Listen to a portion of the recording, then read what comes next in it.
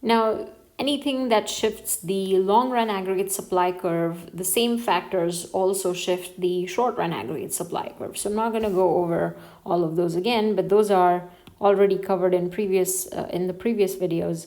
So labor, physical capital, human capital, natural resources, and technology all have the potential to shift the short run aggregate supply curve in similar ways. The other factor that's sort of the additional factor here is the expected price level, which also has the potential to shift the short run aggregate supply curve. Now, typically you want to remember that if cost of production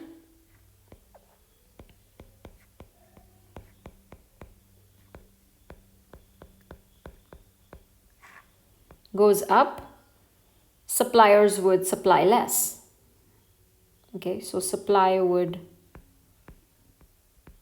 fall, and this would mean that if we were thinking about our output price level, this is our short run aggregate supply curve. Now this is going to shift to the left. This could be because of an oil price shock. So if you think oil prices are going to go up, then this actually might, an increase in wages or increase in oil prices can cause the short run aggregate supply curve to shift left, and a decrease in those can decrease in the cost of production can cause the short run aggregate supply curve to shift right. So you want to remember that. In this video, we're going to talk about why the short run aggregate supply curve is upward sloping. And usually when you think about the short run aggregate supply curve, you want to think about the fact that any change in the price level causes the output to deviate from its long run level for a very short period of time. And this short period of time could just be a year or 2 years. And there are 3 different types of theories that explain why the short run aggregate supply curve slopes upward. And all of these theories have one common theme. The common theme suggests that output typically rises above the natural level when the actual price exceeds the expected price level. So let me explain this by just illustrating what these are. So the first one is called the sticky wage theory.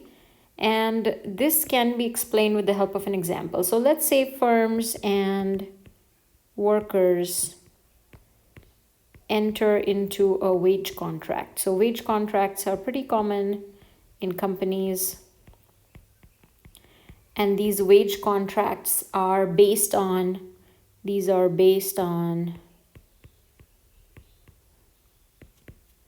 some expectation of the price level in the future.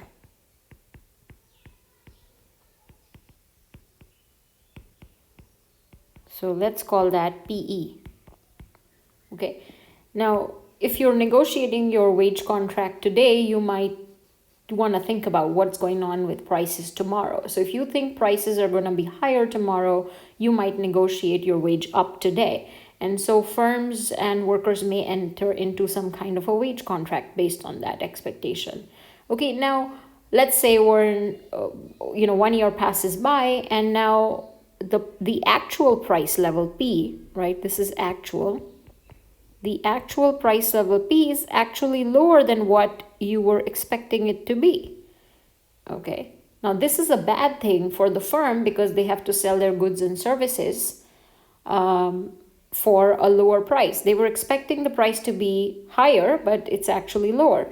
So they are still tied down to that wage contract that they had with the workers. And so they might actually pay the same wages that were written on the contract, but they will receive lower prices for their product or their output. So profits,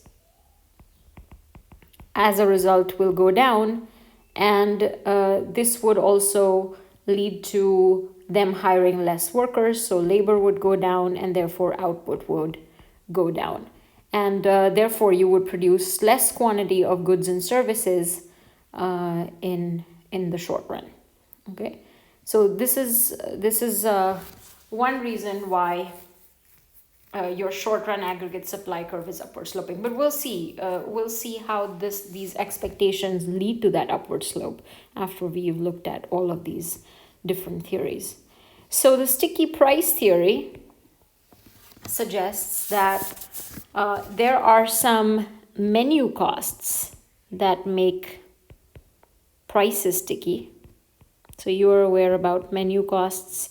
These are just costs that firms or companies would incur if they printed new catalogs or menus, etc.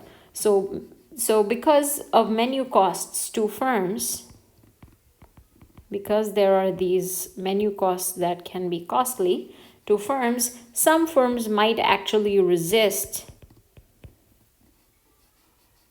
reducing prices even if the overall level of prices fell unexpectedly. So they would resist reducing prices even when the overall level of prices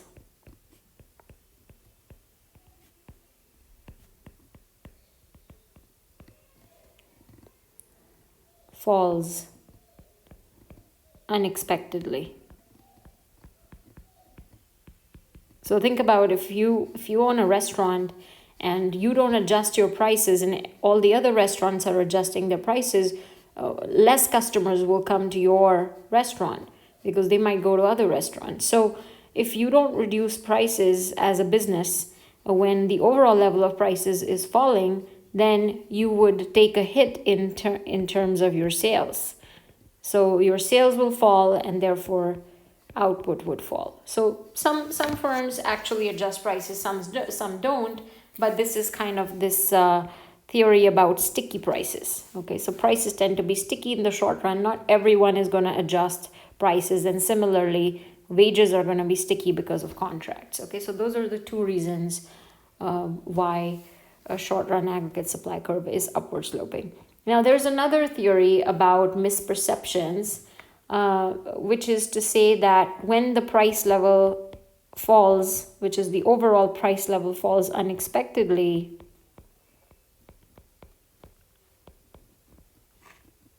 suppliers in fact only notice that the price of their particular product has fallen. And so they mistakenly believe that, let's say you were producing jeans. So if the overall price level has fallen, you might actually think that this ratio, which is the relative price of jeans to the overall price level, is falling. Okay, so maybe price of jeans are falling more than the price level. This may not be actually happening, but you might actually believe this to be happening, that price of jeans are falling more than the decrease in the overall price level. So you might think that relative prices are falling. So you mistakenly believe. This can always happen, but if you end up believing mistakenly that relative prices are falling, relative prices just means that the price of jeans relative to the overall price levels are falling, then that would induce you to reduce output of jeans. Okay. And so, you might actually think that in practice, all of these or some combination of these three theories explain why the quantity of output and price behave in that way. Okay, so we can sort of summarize here that the quantity of output supplied changed because actual prices deviated from expected prices, right? In each of those theories, that's what's going on. Now, the effect is going to be temporary because people will adjust their expectations over time, okay, and would change prices or would change their expectations of prices over time. We can also look at a simple equation that tells us about what's really going on with aggregate supply curve mathematically. Now, this is not very relevant for your class, but I want to mention it anyway, that the quantity of output supplied, this is the quantity of output supplied, is basically the sum of the natural level of output, yn, plus A is just a parameter which is greater than 0.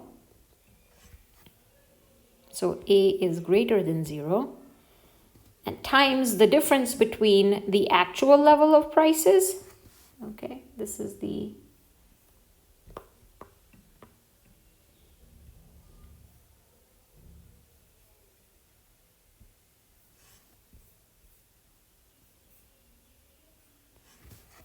actual level of prices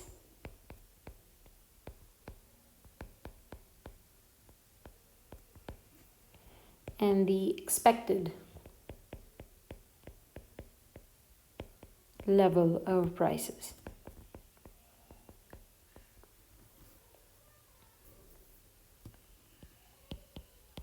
This is quantity of output supplied, and this is the natural level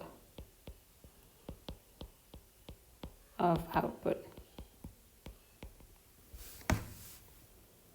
Okay, so A is really just representing a number that determines how much output responds to the unexpected changes in the price level.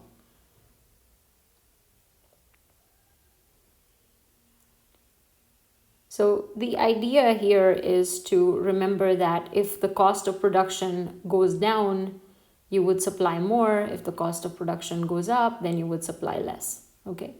Now, if you think about this diagram here, you can try to understand what's going on in different areas of this graph.